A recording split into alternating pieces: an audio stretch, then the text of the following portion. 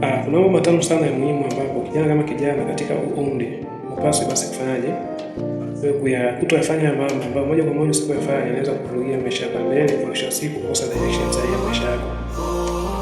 Pasipo kupoteza muda, basi moja kwa moja nitaenda katika kuyazungumza mambo matano ambayo moja kwa moja kama kijana wa leo basi inapaswa ni muhimu sana kuzingatia na kufuata, ambao hayo vitu vinakuwa ni rahisi sana ndio kutengeneza maisha yako mbele. Kitu cha kwanza kabisa